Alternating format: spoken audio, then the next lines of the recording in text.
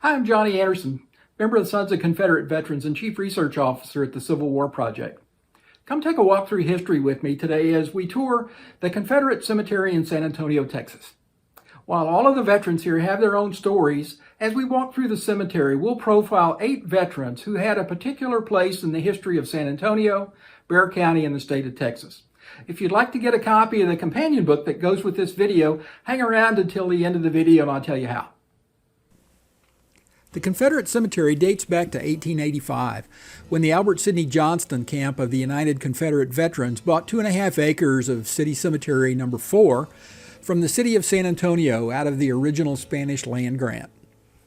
There were already veterans buried here, including James Mayo Wells, the first Confederate veteran buried here, who was a West Point graduate and served the U.S. Army in Florida and in Texas. When the war broke out, he joined the Labadee Rifles in Washington County at the age of 48. He died in 1862. The last Confederate veteran buried here was James Thompson, J.T. Clinkscales, who was a private in the Alabama Infantry and died in 1934.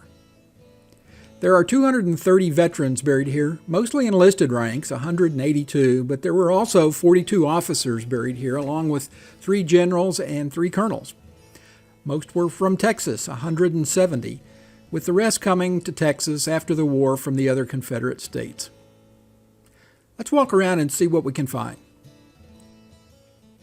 We're starting the tour on the west side of the cemetery, the side closest to the flag and the historical marker. The first notable grave that we'll come to is that of Colonel George Baylor. George Wythe Baylor was born at Fort Gibson in the Cherokee Nation on August 2, 1832. He enlisted in the 2nd Texas Mounted Rifles at Weatherford, Texas on March 17, 1861, and was appointed a first lieutenant in Company H. When General Albert Sidney Johnston came to Mesilla, Arizona, he appointed Baylor as his senior aide-de-camp. After Johnston was killed at the Battle of Shiloh, Baylor returned to Texas and commanded the 2nd Battalion of Sibley's Army. In 1864, Baylor commanded a cavalry regiment at the Red River Campaign and fought at the battles of Mansfield and Pleasant Hill. After the war, Baylor joined the Texas Rangers and was later elected to the Texas House of Representatives in 1885. George Wythe Baylor died on March 17, 1916 in San Antonio. Headed south from the grave of Colonel Baylor, we'll run across 2 memorial markers for Thomas Mccall. His grave is actually on the other side of the cemetery. Thomas Mccall was born in 1831 in Northern Ireland and came to the U.S. in 1844 and settled in San Antonio. At the beginning of the war, Mccall joined Ranger Company G of the Texas State Troops Frontier Regiment as a first lieutenant and served until February 9, 1863. After the war, Mccall became sheriff of Bexar County and served for 5 terms from 1878 to 1892. Thomas P. Mccall died on October 26, 1902 in San Antonio. This is his grave and another military memorial.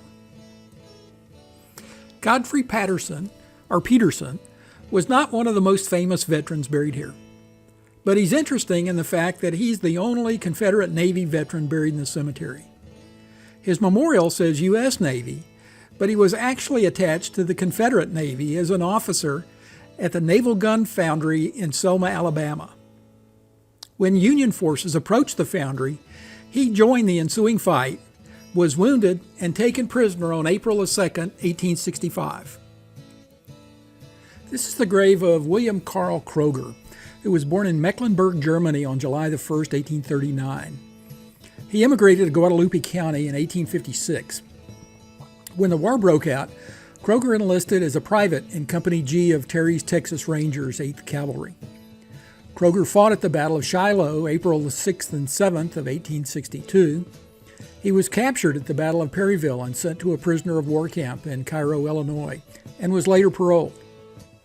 He rejoined the 8th and fought again at the Battle of Chickamauga, and was captured again and sent to Alton, Illinois. In February of 1864, Kroger escaped and rejoined the unit to fight at the Battle of Bentonville. After the war, Kroger returned to San Antonio and became a deputy sheriff and opened Maverick and Kroger Mercantile.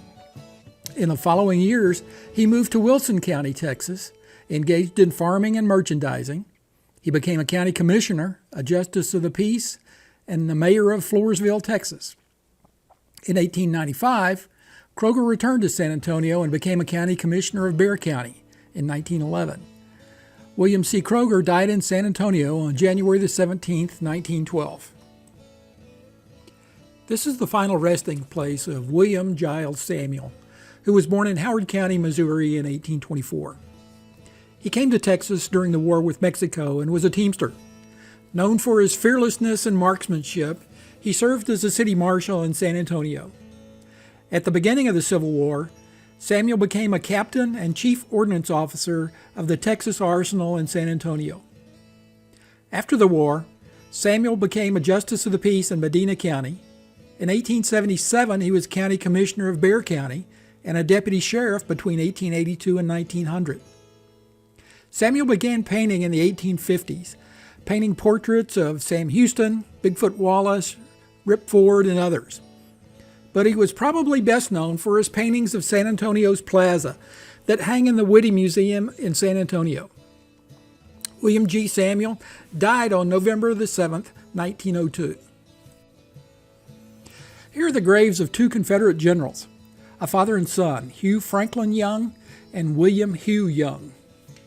Hugh Franklin Young, the father, was born in Rockridge County, Virginia, on November the 3rd, 1808, to Hugh and Sarah Steele Young.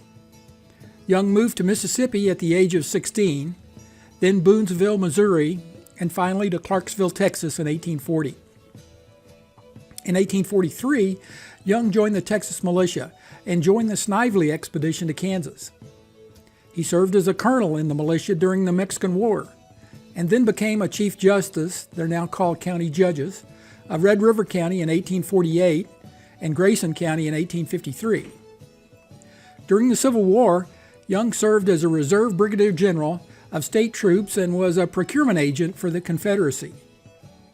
After the war, he moved to San Antonio, where he died on September the 8th, 1889. William Hugh Young was born on January the 1st, 1838 at Boonville, Missouri, to Hugh and Frances Gibson Young. Young attended Washington College in Tennessee, Mackenzie College in Texas, and the University of Virginia. At the beginning of the Civil War, he left college and returned to Texas. Young joined Company C of the 9th Texas Infantry, where he was elected captain. Young fought at the Battle of Shiloh, after which he was promoted to colonel and took command of the regiment. He led the 9th at the battles of Perryville and Murfreesboro, Stones River, where he was wounded in the shoulder. At Vicksburg, he was wounded again in the thigh. At the Battle of Chickamauga, he was wounded a third time. He and his regiment were transferred to General Matthew Ector's brigade, where he fought in the Atlanta campaign and was wounded a fourth time at the Battle of Kennesaw Mountain. He was promoted to brigadier general when Ector was disabled. During the Tennessee campaign, Young lost his left foot and was captured at Altoona, Georgia. He spent the rest of the war as a prisoner of war in Johnson's Island, Ohio. After the war, Young returned to San Antonio, where he was an attorney and real estate investor. William Hugh Young died on November the 27th, 1901. Just a short distance from the Young's graves is the grave of one of the most famous Texas Rangers in Texas history. John Salmon Rip Ford was born in Greenville, South Carolina on May the 26th, 1815. He moved to Texas at the age of 21 and served with the Army of the Republic of Texas. Ford served with the 9th Congress and introduced the legislation to accept annexation into the United States. In 1845, he and Michael Cronicon bought the Texas National Register newspaper and moved it to Austin as the Austin, Texas Democrat and became its editor. From 1849 to the beginning of the Civil War, Ford was an explorer, author, Indian fighter, and a renowned Texas Ranger. During the Secession Convention of 1861, Ford represented Cameron County and voted in favor of secession. Ford was elected colonel of the 2nd Texas Cavalry, commanding units in the Rio Grande Valley.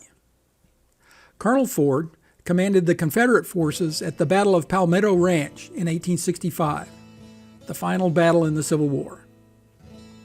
After the war, Ford moved to Brownsville, edited the Brownsville Sentinel, and later became mayor of Brownsville. He later served in the Texas Senate from 1876 to 1879.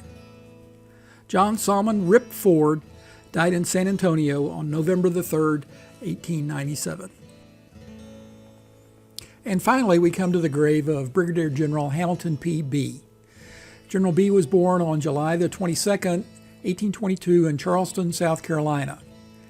The family moved to Texas when he was 14 years old, and 3 years later he received a deed for 320 acres in Harrisburg County.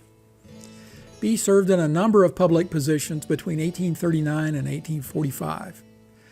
During the Mexican War, Bee served in Ben McCullough's spy company and as a second lieutenant in Marabou B. Lamar's company. After the war, Bee moved to Laredo and served in the Texas legislature from 1849 to 1859. From 1855 to 1857, he served as Speaker of the House. At the beginning of the Civil War, Bee joined the militia and was appointed Brigadier General in the Confederate Army in command of the Lower Rio Grande District, where he facilitated imports from Europe and cotton exports. Bee commanded units during the Red River Campaign and was wounded during the Battle of Pleasant Hill. After the conflict, Bee and his family fled to Mexico, where he started a plantation.